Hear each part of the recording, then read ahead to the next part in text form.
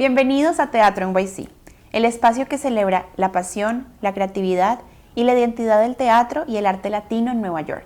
Hoy en Teatro NYC tenemos el privilegio de conversar con un artista integral, cuya carrera cruza fronteras, formatos e incluso generaciones. Director, actor, titiritero, músico, maestro, José Ignacio Vivero nos invita a un viaje por su arte sin límites. Bueno, yo soy, o mejor dicho, pretendo, porque todos los días hay que trabajar para eso, ser un artista que cuenta historias. Un artista que empezó muy temprano, por suerte. Primero como actor, después como titiritero y como productor y director de televisión, hasta convertirme en lo que ahora soy, que es productor y director de historias. ¿Y por qué digo de historias? Porque nosotros somos una agrupación que nos preocupamos de contar historias y hacemos que estas historias nos sugieran el medio que vamos a utilizar para contarla, porque hay historias que son mucho mejor apreciadas por el público si son contadas en un medio específico, ¿no? Entonces nosotros manifestamos este storytelling en teatro, en cine, con animación, con títeres, con stop motion y con una combinación de todas, dependiendo de la historia. Mi maestro, José Martínez Queiroz, lo que fue, porque ya no está con nosotros, fue el dramaturgo más, o es todavía, creo que el dramaturgo más representado de mi país. Él siempre nos decía que el teatro es el arte de las artes. Porque en el teatro tienes actuación, pero tienes arquitectura, tienes títeres, tienes danza, tienes música, tienes matemáticas. Entonces utilizas todas las artes para contar la historia, ¿verdad? Entonces lo que yo hice fue tratar de aprender y aprender de cada una de esas disciplinas para que yo me pueda convertir en un obrero de las historias y pueda confeccionarlas con más colorido, con más profundidad. O sea, mientras más herramientas tengas, siempre vas a tener más posibilidades de mejorar tu trabajo. Aunque siempre te digo, calidad frente a cantidad. Uno puede tener dos herramientas, pero si uno las sabe manejar, está bien. ¿De qué te sirve tener 100 si eres mediocre en todas? Entonces, por eso me tomó mucho tiempo y me sigue tomando. Esto es algo que uno nunca termina de aprender, ¿no? Entonces, para mí mi carrera es como una cadena, y cada eslabón que forma esa cadena está conformado por la música, por el teatro, por los títeres, por el audiovisual, porque yo estudié producción y dirección de televisión. Entonces, son cosas que realmente siempre te van a sumar. Y es bueno, cuando estás confrontándote a un nuevo trabajo, saber que miras a un lado y tienes una caja con algunas herramientas y no está vacía, porque ahí sí tendríamos problemas. Lo que yo aprendí con Pipo, así le decíamos, está todo el día conmigo, todo el tiempo conmigo, porque yo lo que más aprendí de él, si bien es cierto, hacer teatro, estar en lo artístico y todo, yo lo que más pidió él, lecciones de ética, de respeto hacia la actividad, de cómo tienes que afrontar las cosas, de los compromisos que uno tiene que tener, de la coherencia que tienes que tener con lo que tú quieres hacer, porque esto no es... Yo creo que el arte es un negocio, todo es un mercado. El que se quiere hacer el purista está viviendo en otro planeta. Todo es un mercado. El arte también es un mercado, tiene un público específico, ¿no? Pero cuando tú haces arte tienes que tener un compromiso y una coherencia con la calidad de tu producto. No puedes vender, no puedes hacer una fábrica de salchichas. Tienes que realmente pensar en lo que vas a hacer y que eso tenga los mayores estándares. Y volvemos a lo de la calidad versus cantidad, ¿no? Nosotros, por ejemplo, hacemos 2 trabajos máximo, así en un año súper ocupado, digamos, hacemos 3 proyectos, pero de los cuales quizás uno es teatro y 2 audiovisuales, nunca los 3 de la misma. ¿Por qué? Porque realmente si comienzas a hacer mucho no vas a poder comprometerte de la manera que yo creo, y yo tengo que ser consecuente conmigo, porque si no soy consecuente con mi modus operandi no puedo hacerme responsable de los resultados, y yo creo que uno tiene que ser responsable de lo que uno hace. Entonces esas son las cosas que yo aprendí de él, del compromiso, del amor y de la coherencia que uno tiene que tener.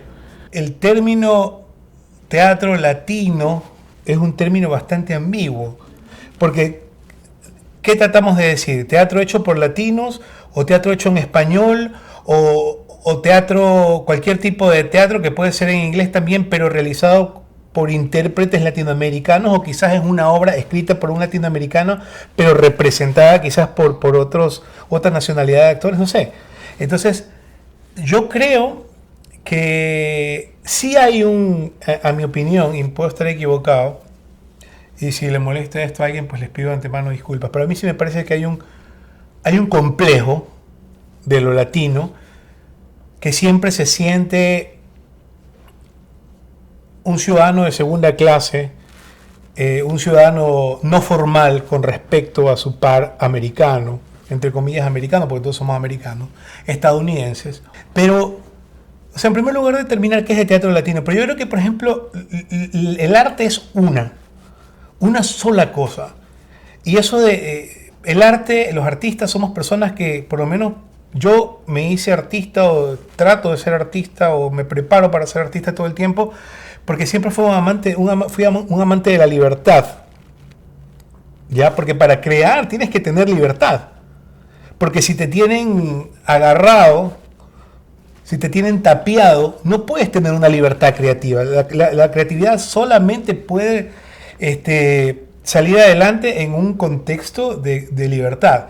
Ahora, si comenzamos a poner limitantes como el idioma, como la raza, como esto, como lo otro, o sea, es menos latino la obra de un dramaturgo que vino acá a los 5 años, nacido en Latinoamérica, que su idioma es el inglés y que habla de cosas que le sucedieron a él. Yo creo que es igual de latino que una obra de Alejandro Casona o una obra de Cervantes. Que una sea más clásica por el periodo de tiempo, pero o sea, el teatro abarca el hecho humano y eso es universal. Y lo que hagamos ahora, quizás en 500 años, será clásico. Así que no sabemos. A veces pensamos que la historia se terminó de escribir y se sigue escribiendo. Entonces, ¿qué pasa? A mí me parece que el teatro latino es, en primer lugar, muy ambiguo. ¿Qué es? Tenemos que determinar qué es teatro latino. Y segundo, no ponernos barreras. Teatro latino puede ser en inglés, puede ser en francés, puede ser en portugués, puede ser en cualquier idioma.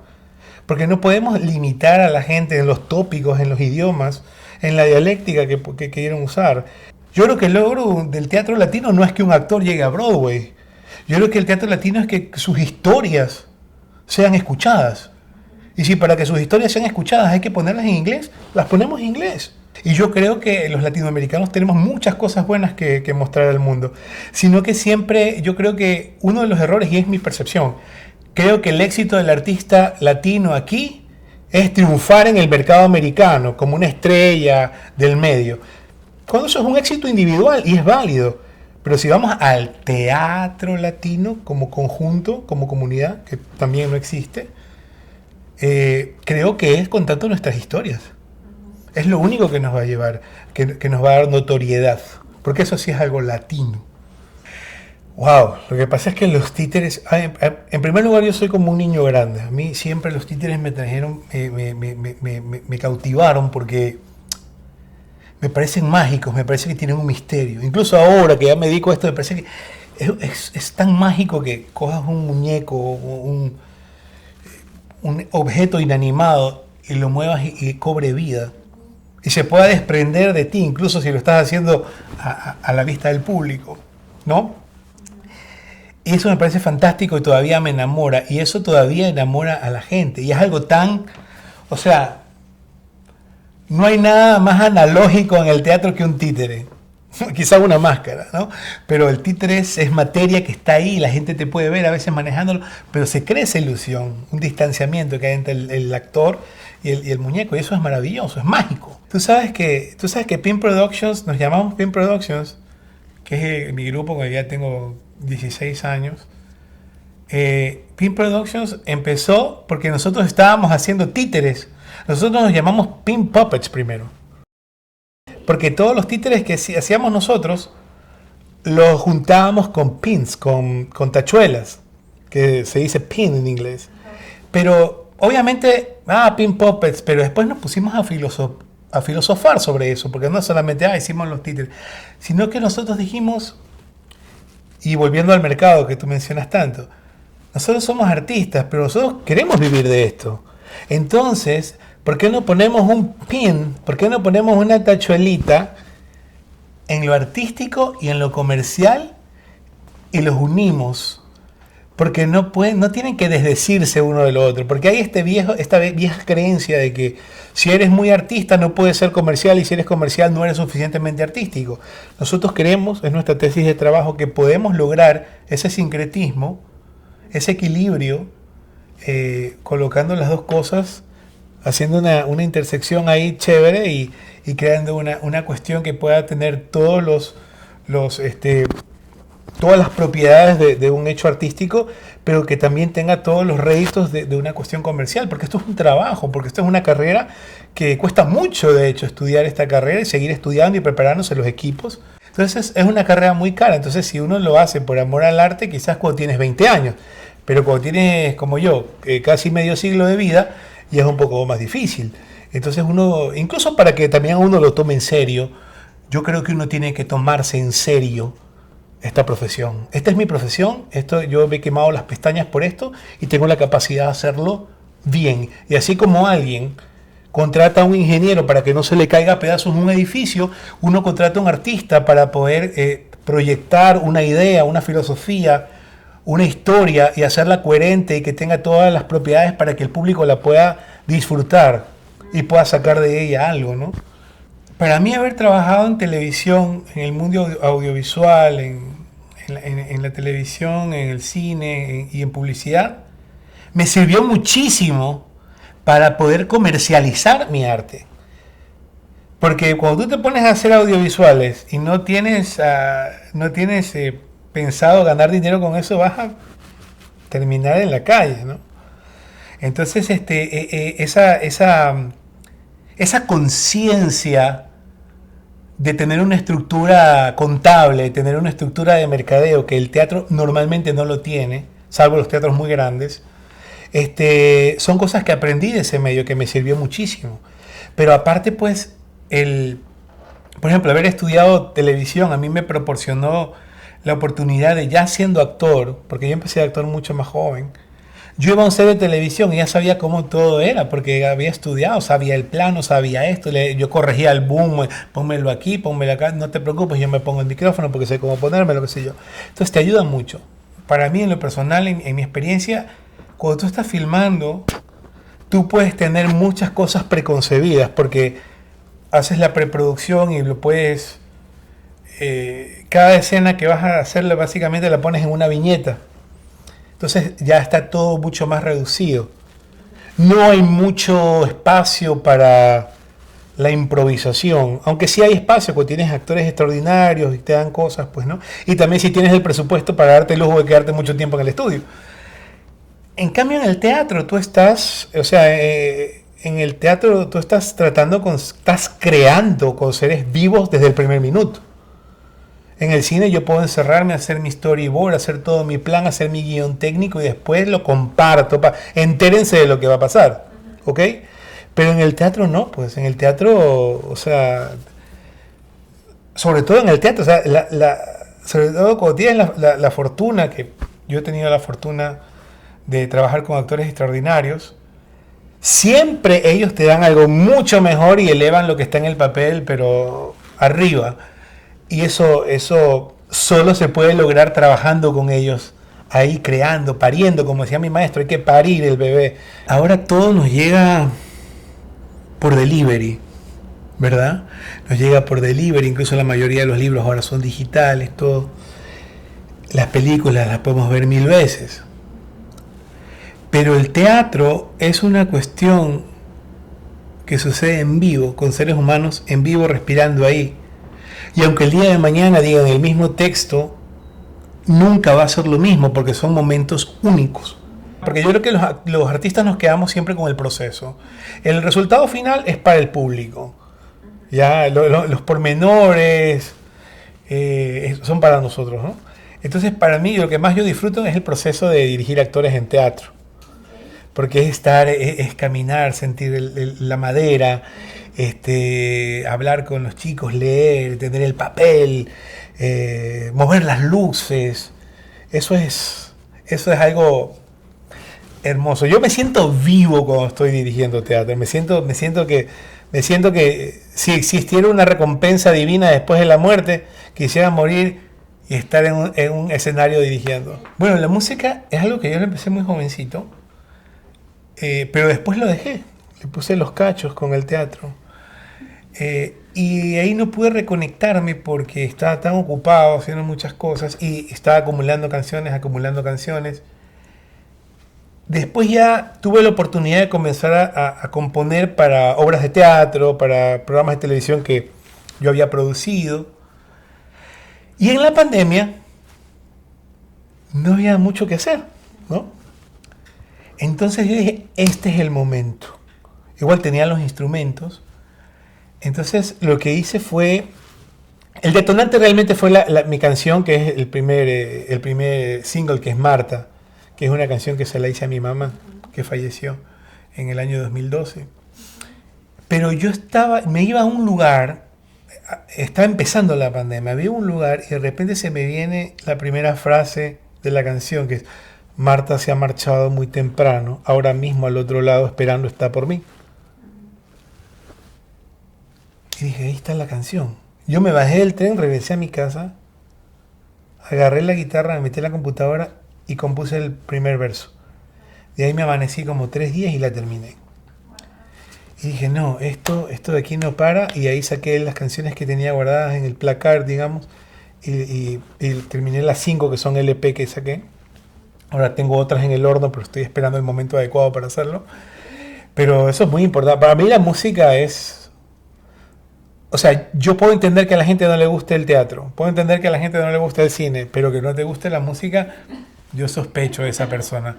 Porque la música evoca, incluso música que no sea de tu preferencia, evoca momentos de tu vida, que eras niña y tus padres escuchaban una música que ahora de adulta te parece terrible, pero igual en otro nivel te evoca esa niñez, esos momentos, esos olores, esas comidas, esas reuniones que ya no van a volver.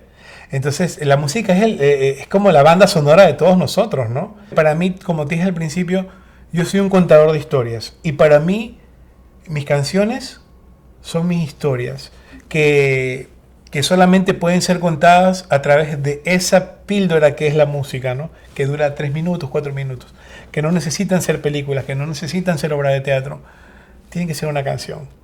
Yo creo que lo más bonito para un artista es cuando tú estás contando algo y la gente que escucha o ve tu trabajo puede sentirse identificado con los personajes o con las situaciones que tú haces.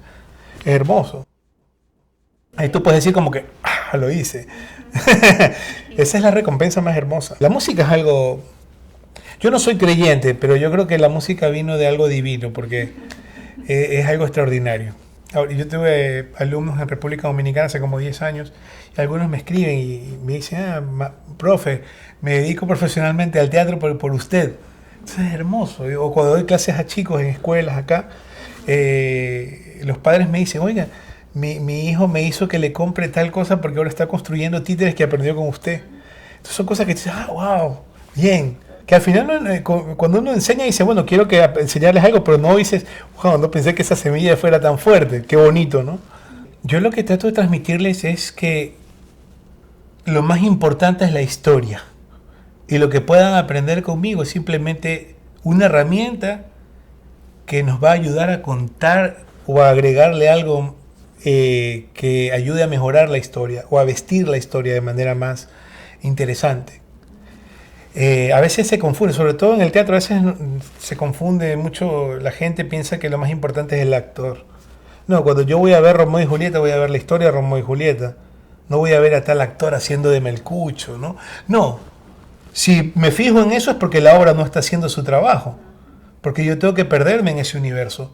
Lo más importante es la historia. Entonces lo que yo le trato de inculcar a la gente es que aprenda lo que está aprendiendo, sea actuación o dirección o títeres, y que lo utilice a favor de esa historia, para que esa historia se cuente, para que esa historia, pues toda historia tiene una tesis. Entonces que cada tesis de esa historia que se pretende contar llegue al espectador. Yo no lucho, yo simplemente soy yo y soy consecuente con lo que quiero hacer.